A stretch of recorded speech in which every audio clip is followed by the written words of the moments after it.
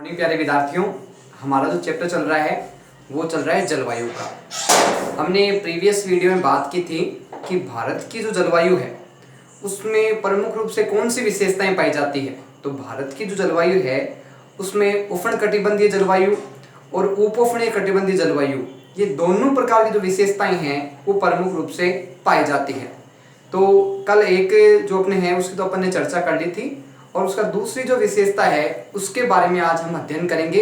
इसी के साथ भारत की जलवायु को जो प्रभावित करने वाले कुछ अन्य कारक हैं उनके बारे में भी हम चर्चा करेंगे। कल हमने प्रीवियस वीडियो में चर्चा की थी अक्षांश के बारे में, और आज इसी क्रम में कुछ आगे के जो महत्वपूर्ण प्रभावित करने वाले जलवायु के कारक हैं उनके बारे में विस्तार से चर्चा करेंगे, विस्तार से अध्ययन करेंगे। सबसे पहले बात आती है कि उष्णकटिबंधीय जलवायु है, उष्णकटिबंधीय क्षेत्र है वो प्रमुख रूप से स्थित है। कहाँ स्थित है? उष्णकटिबंधीय स्थित है। ध्यान रखना कहाँ पे स्थित है, तो ध्यान रखना उत्तर में कर्क रेखा और दक्षिण में मकर रेखा के बीच उष्णकटिबंधीय जो क्षेत्र है वो कहाँ स्थित है, तो ध्यान रखना प्रमुख रूप से उत्तर में कर्क रेखा और दक्षिण में मकर रेखा के बीच जो भूमध्य सागर के आसपास स्थित है। ध्यान रखना क्वेश्चन ये बनता है कि जो उष्णकटिबंध है वो कहाँ स्थित है, तो ध्यान रखना उत्तर में तो कर्क रेखा और दक्षिण में जो मकर रेखा है उसके बीच जो भूमध्य रेखा है उसके आसपास है उष्णकटिबंधीय क्षेत्र स्थित है। आगे बात आती है कि उपोष्णकटिबंधीय जलवायु की, इसके बारे में हम विस्तार से चर्चा करेंगे, विस्तार से अध्ययन करेंगे। तो सबसे पहले बात आती है कि जो उपोष्णकटिबंधीय जलवायु है ये प्रमुख रूप से कहाँ पे और प्रमुख रूप से किससे संबंधित है, तो ध्यान रखना प्रमुख रूप से जो उष्णकटिबंधीय क्षेत्र है के उत्तर और दक्षिण के क्षेत्र को कहते हैं। सबसे पहले बात यह है कि उपोष्णकटिबंधीय क्षेत्र है, ये जलवायु है, ये किसे कहते हैं, तो ध्यान रखना जो उष्णकटिबंधीय क्षेत्र है उसके उत्तर और दक्षिण के क्षेत्र को उपोष्णकटिबंधीय जलवायु कहा जाता है। ध्यान रखना किसको कहा जाता है, उष्णकटिबंधीय क्षेत्र के उत्तर और दक्षिण, उत्तर तथा दक्षिण का जो क्षेत्र है उससे क्या कहा जाता है, उपोष्णकटिबंधीय जलवायु कहा जाता है। आगे बात आती है कर्क रेखा और मकर रेखा के क्रमश उत्तर तथा दक्षिण का इलाका है। अब बात आती है कि प्रमुख रूप से कौन सा क्षेत्र है, प्रमुख रूप से कौन सा इलाका है, तो यहाँ दो बातें प्रमुख रूप से ध्यान रखनी है। सबसे पहले बात आती है कर्क रेखा और मकर रेखा के क्रमश, यानी कर्क रेखा और मकर रेखा उनके क्रमश यानी लगातार कहाँ स्थित है, उत्तर तथा दक्षिण का जो इलाका है वो प्रमुख रूप से क्षेत्र में प्रमुख रूप से आता है। अब बात आती है जलवायु को प्रभावित करने वाले जो दूसरा प्रमुख कारण है वो कौन सा है। जलवायु को प्रभावित करने वाला जो पहला कारक था वो था अपना अक्षांश। अब बात आती है इसी क्रम में कि जलवायु को प्रभावित करने वाला जो दूसरा कारक है वो कौन सा है, तो ध्यान रखना जलवायु को प्रभावित करने वाला जो दूसरा कारक है, भारत की जलवायु को प्रभावित करने वाला दूसरा कारक है वो है ऊंचाई। क्या है, ऊंचाई। ऊंचाई भी क्या है कि किसी स्थान की जलवायु को प्रभावित करने में अपनी महत्वपूर्ण भूमिका निभाती है और जलवायु को प्रभावित करने में ऊंचाई की भी एक महत्वपूर्ण विचारधारा रहती है। बात आती है कि भारत के उत्तर में हिमालय पर्वत स्थित है। कई बार क्वेश्चन पूछते हैं ये कि हिमालय पर्वत है वो कहाँ पे स्थित है, तो ध्यान रखना प्रमुख रूप से भारत के उत्तर में क्या स्थित है, हिमालय पर्वत है वो स्थित है। आगे बात आती है कि हिमालय की जो औसत ऊंचाई है, हिमालय की जो औसत ऊंचाई है वो कितनी है, तो ध्यान रखना हिमालय की औसत ऊंचाई 6000 मीटर बताई गई है। क्वेश्चन ये बनता है कि हिमालय की औसत ऊंचाई कितनी है, तो ध्यान रखना हिमालय की जो औसत ऊंचाई है, सामान्यतः जो ऊंचाई है वो लगभग 6000 मीटर है वो बताई गई है। इसी क्रम में आगे बात आती है कि भारत का जो तटीय क्षेत्र है वो कैसा है, क्या छोटा है, क्या मध्यम है, यह बहुत बड़ा है, तो ध्यान रखना भारत का जो तटीय क्षेत्र है वो प्रमुखतः विशाल है, बहुत बड़ा है और बहुत बड़े क्षेत्र में वो फैला हुआ है। तो ध्यान रखना भारत का जो तटीय क्षेत्र है, तट को हम किनारा भी कह सकते हैं, ध्यान रखना, तो भारत का जो तटीय क्षेत्र है वो क्या है, मध्यम न होके, छोटा न होके, बहुत विस्तृत क्षेत्र में फैला हुआ है और भारत का जो तटीय क्षेत्र है वो विशाल बताया गया है। बात आती है तटीय क्षेत्र की अधिकतम ऊंचाई, जो तटीय क्षेत्र है भारत का, उसकी अधिकतम जो ऊंचाई है वो कितनी है? तो ध्यान रखना, तटीय क्षेत्र की जो अधिकतम ऊंचाई बताई गई है वो 30 मीटर बताई गई है। कितने मीटर बताई गई है? 30 मीटर है। वो प्रमुख रूप से तटीय क्षेत्र की अधिकतम ऊंचाई है वो 30 मीटर बताई गई है। इसी क्रम में आगे बात आती है कि मध्य एशिया से आने वाली ठंडी हवाओं को भारतीय उपमहाद्वीपों में प्रवेश करने से रोकता है। यानी मध्य एशिया से जो ठंडी हवाएं हैं जो बह के आगे आती है, उनको प्रमुख रूप से क्या है, भारतीय उपमहाद्वीप में आने से जो रोकता है या बीच में जो अवरोध का मार्ग है वो कौन सा है? तो ध्यान रखना, प्रमुख रूप से जो ठंडी हवाएं आती है जो भारतीय उपमहाद्वीप में जो रोकता है प्रमुख रूप से, वो आता है हिमालय के द्वारा। इन ठंडी हवाओं को भारत में प्रमुख रूप से रोका जाता है। ध्यान रखना कि मध्य एशिया से जो आने वाली ठंडी हवाएं हैं, जो शीतल हवाएं हैं, जो शीतल लहरें हैं, उनको भारतीय उपमहाद्वीप में आने से कौन रोकता है? जो हिमालय पर्वत है वो इन शीतल हवाओं को, इन ठंडी हवाओं को, इन शीत लहरों को भारतीय उपमहाद्वीप में आने से प्रमुखतः रोकता है। बात आती है कि पर्वतों के कारण ठंड कम पड़ती है। अब बात आती है कि ठंड कम पड़ने का प्रमुख कारण क्या है? तो ध्यान रखना, इन पर्वतों के कारण क्या है कि प्रमुखतः ठंड कम पड़ती है, क्योंकि ये जो शीत लहरें हैं, शीत पवनें हैं, ठंडी हवाएं हैं, इनको आने से प्रमुख रूप से रोकते हैं, जिसके कारण क्या है कि शीत लहरों का प्रभाव है, ठंडी लहरों का प्रभाव है, वो प्रमुख रूप से यहाँ पे नहीं पड़ता। तो हमने बात की ऊंचाई में कि प्रमुखतः जो हिमालय पर्वत है उसकी अधिकतम है, तो सामान्यतः ऊंचाई बताई गई है वो कितनी बताई गई है? 6000 मीटर बताई गई है। और बात आती है जो तटीय क्षेत्र है उसकी अधिकतम है, जो ऊंचाई बताई गई है वो कितने मीटर है? 30 मीटर है, वो बताई गई है। हमने बात की कि भारत की जो जलवायु है उसको प्रभावित करने के 2 कारणों के बारे में हम प्रमुखतः चर्चा कर चुके हैं। पहला जो हमारा कारण आया जलवायु को प्रभावित करने का, वो आया था अक्षांश, और दूसरा जो हमारा जलवायु को प्रभावित करने का कारण आया वो आया अपना प्रमुख रूप से क्या आया? ऊंचाई।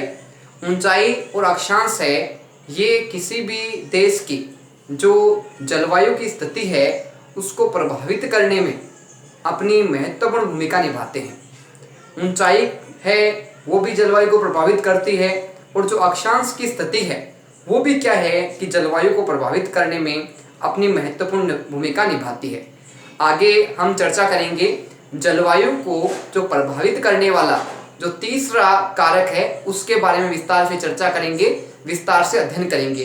तो सबसे पहले बात आती है कि भारतीय जलवायु को प्रभावित करने वाला तीसरा प्रमुख कारक कौन सा है? तो ध्यान रखना, प्रमुख रूप से वायु दाब एवं पवन। वायु दाब है एवं पवन है, ये किसी भी देश की जलवायु को प्रभावित करने में महत्वपूर्ण भूमिका निभाते हैं।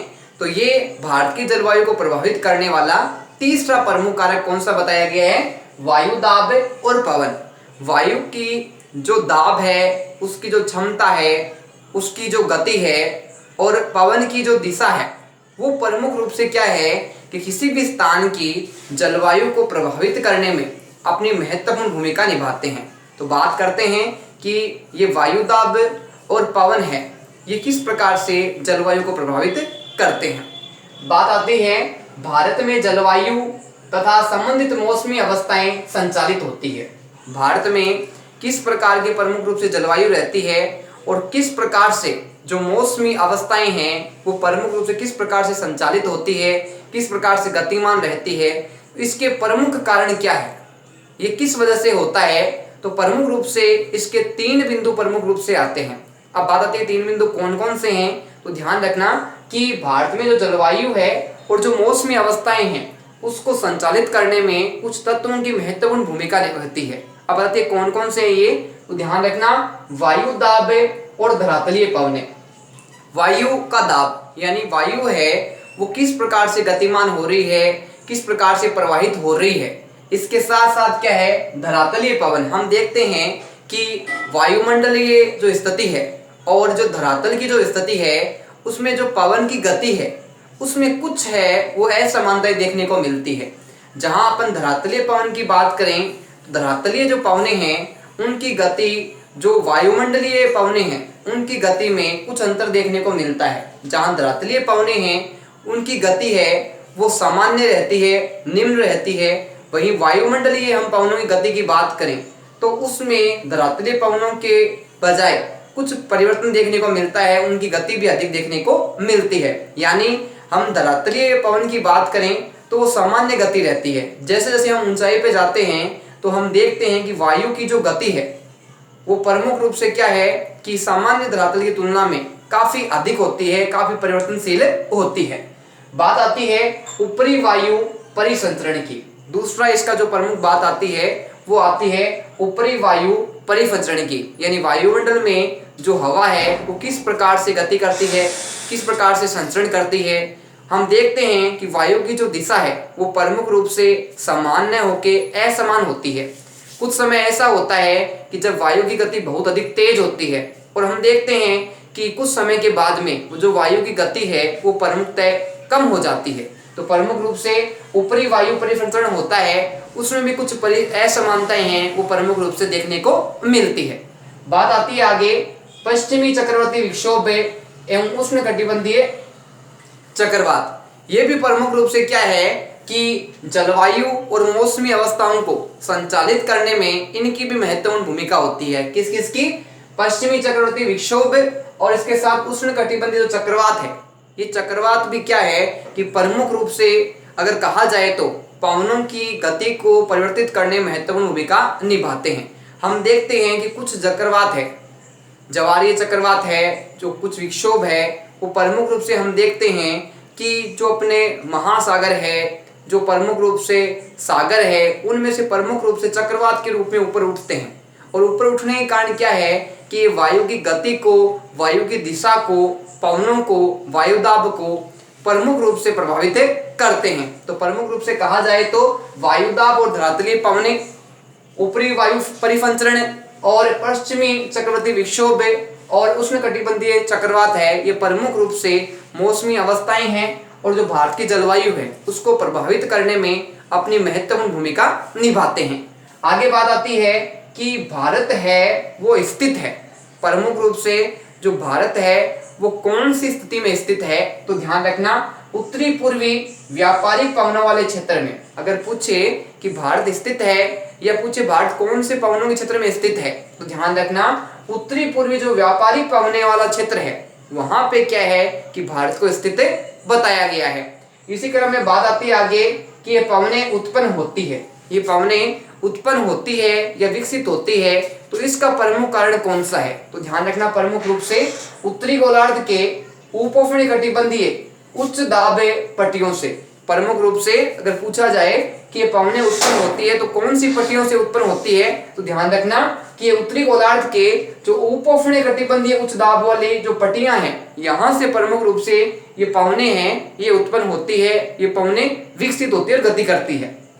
बात आती है पवने बहती है, पवनों की जो बहने की जो गति है या पवने किस प्रकार से बहती है, तो ध्यान रखना प्रमुख रूप से विषुववर्तीय निम्न दाब वाले क्षेत्रों में ये पवने हैं, ये कौन से क्षेत्रों में बहती है, तो ध्यान रखना प्रमुख रूप से जो विषुववर्तीय निम्न दाब वाले क्षेत्र हैं। निम्न दाब यानी वायु का दाब जहां कम रहता है, वायु की गति जहां कम रहती है, वहां प्रमुख रूप से विषुववर्तीय निम्न दाब वाला क्षेत्र होता है।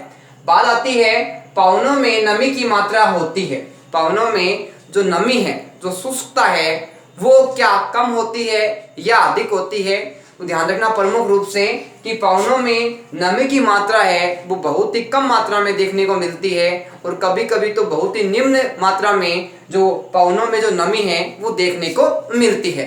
इसी क्रम में आगे बात आती है कि इन पवनों के द्वारा वर्षा होती है या नहीं होती, तो ध्यान रखना इन पवनों के द्वारा, कौन सी पवने, जो ये प्रमुख रूप से विषुववर्तीय निम्न दाब वाले क्षेत्रों में जो पवने बहती है, तो इस कारण क्या वर्षा होती है, कम होती है या ज्यादा होती है, तो ध्यान रखना प्रमुख रूप से इन पवनों के द्वारा जो वर्षा है या तो कम होती है या वर्षा है ये बिल्कुल भी प्रमुख रूप से नहीं होती है।